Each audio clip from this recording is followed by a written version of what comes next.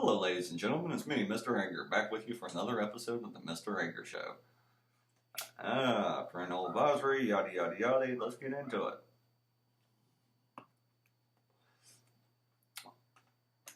I'm kind of staying away from the issues of politics and stuff as of right now because it's just getting over exaggerated, over talked about, over. It's just becoming overkill. Every time I turn around, TV shows are grabbing hold of politically charged subjects and putting it in their shows and making their own messages about it. Will and Grace did a save the vote kind of deal again, thinking that we as the people are idiots and can't make up our minds on our own, and feel that their celebrity status will push the minds in the right direction, and that is their direction. I can't get away from this crap, and it's just pissing me off. I mean, I sit down to watch TV shows and movies to be entertained, not to be lectured at. And I'm tired of being lectured at. I'm so sick and tired of it. And then Will and Grace, a show that I used to love and like, all of a sudden turns into this biased political propaganda, and it turned me off from that show completely. Completely. I'm not ever going to watch that show again. I know they're talking about a revival of it, but after this, no, I don't like how you did this. Using a politically motivated subject that's popular in the news to promote yourselves, and using that to promote yourselves while stating a message that is clearly biased and manipulative. I don't like that. So, no, I will not watch the show again. It proved everything that's wrong with television and the media industry as a whole right then and there as soon as they uploaded that video. And it's not because of who I want to vote for or who you want to vote for or this person wants to vote for this person or whatever. Vote for whoever you want to vote for. I don't care if you want to vote for Hillary. I don't care if you want to vote for Trump. Just make a bold, conscientious decision to do it off of real information, real facts, and make your own decision off the perceptions of your life. So this people telling us what to think kind of crap is getting old and getting old really fast. But besides that, on entertainment wise, I did watch the new show Lethal Weapon. It was a it was a good show, and I could see why people would fall for that show, and I could see why people would like that show, and I can understand it. If you didn't grow up with the original Lethal Weapon series, Lethal Weapon 1 through 4, then this show, I can tell you, would be something that people could easily get into. I know my daughters, since they didn't grow up with Lethal Weapon, well, they did grow up with Lethal Weapon, but they didn't get into it as much as me and, my wife did, or my father and my brothers and stuff like that. It was off. I'm sorry. You can't beat the magic that Mel Gibson and Danny Glover had on screen in Lethal Weapon 1 through 4. Hey, Hook. What are you doing, buddy? Just looks at me like, yeah, what are you doing? But anyways, I just couldn't get into it. It didn't have the same chemistry it is. It seemed like they took a very serious movie concept such as Lethal Weapon 1, 2, 3, and 4, which was mainly known as a serious action movie. It wasn't known, it had humor thrown in every now and then, but they turned it into a rom-com sitcom, and I just don't like that. I don't like it. The guy that they got to play Riggs, he plays good at dramatics, but he doesn't do a really good chaotic person. Damon Wayans, you expect him to bust out into a funny dialogue at any moment, and it seems like he's suppressing his funny side on the set and trying to act like an older, more mature person like the Murtaugh on the original movies, but it just doesn't quite work. The chemistry isn't there. I'm sorry, I just love the original chemistry of Mel Gibson and Danny Glover. I will take that any day over this show. And I have. I went back and I watched Lethal Weapon 1 through 4 again, the other day.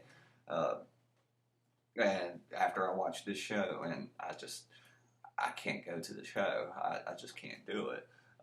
But for those that enjoy the show, enjoy, have fun with it. And I can see that people that haven't grew up with the original Martin Riggs and Murtaugh would probably get into this show. I think my daughters were starting to enjoy the show, so they might watch it up in their rooms if they like it. But if they do a reboot, a movie reboot with these two guys, I definitely will not go see it. I definitely won't. Now, if they do a movie Lethal Weapon 5 and they bring back Mel Gibson and Danny Glover, I'll be the first one there.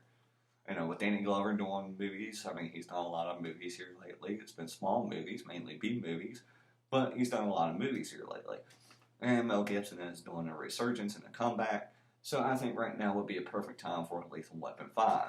And I would want them to back. If they do the new guys in the Lethal Weapon and they try to continue the Lethal Weapon series or do new Lethal Weapon movies, I just won't have nothing to do with it.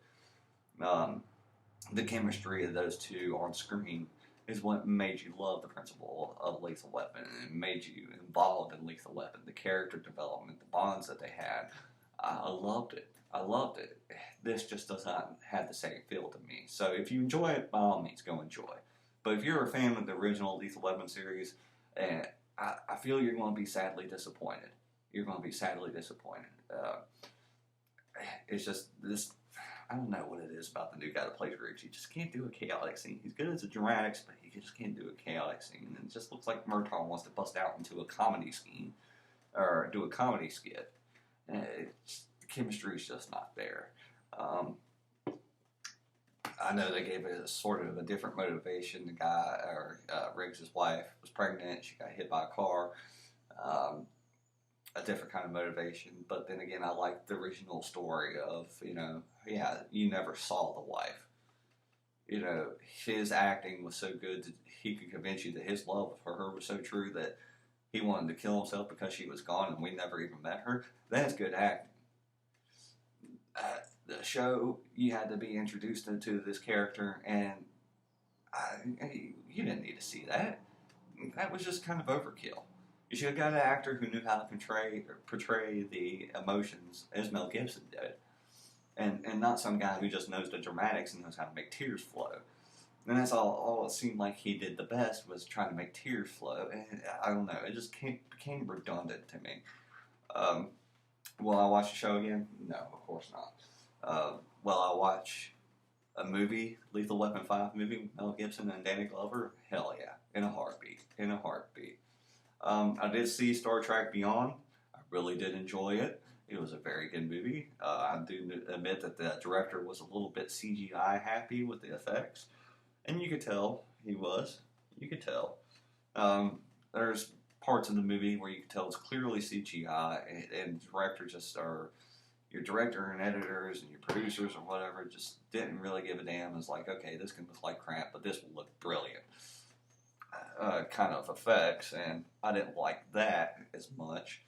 Other than that, they did a special tribute to Leonard Nimoy. I thought that was really nice, really appropriate. And then I was waiting for this hardcore gay fucking scene because everybody was raising hell about, I think it was Sulu? Yeah, Sulu. That's what his name was. Sulu was gay, gets off the airport, and it's not the airport, it's where the Star Trek or the Enterprise docks. He gets off at this base and he meets his husband and his daughter, and they wrap arms around each other. From as much hell as I saw in the news about this, and as much hell as people were complaining about this, I was expecting to see some hardcore gay fuck scene or something like that. But, guys were holding arms and walking with their daughter down. Why was that such a big controversial issue? I mean, come on, they're happy, right? Leave them the fuck alone. They didn't purposely go out of their way and be like, oh look, they did it in a nice subtle way, where it didn't really matter to the audience at all. It was just that was based on people's personal perceptions, the opinion and shit slinging that went back and forth on that. I don't like it when a show or TV or movies, purposely are like, oh, look, we got a gay person, and then make such a huge deal out of it. Star Trek didn't do that. It was nice, subtle. It was like you would see in every other scene of somebody getting off the plane, meeting their loved ones with their family. And that's what it's all about. So the people slinging shit back and forth about this, I thought it was the most stupidest thing once I saw the scene and why people were raising hell about it. The movie itself was very good. It falls greatly in line with the Star Trek series. I enjoyed it a lot. It is a real good time. Besides the crappy CGI effects every now and then, I recommend go seeing it if you are a Star Trek fan. So that's what I've been watching here lately in news and entertainment and stuff like that. Tell me, is there any movies I should go see that you think I would enjoy? Remember, I want to be entertained, not lectured to. So, if you got any comments down below about what I should go see and what I should review, please let me know. I would greatly appreciate it. This is Mr. Anger. I'm going to make this kind of a short episode, and y'all have a great day.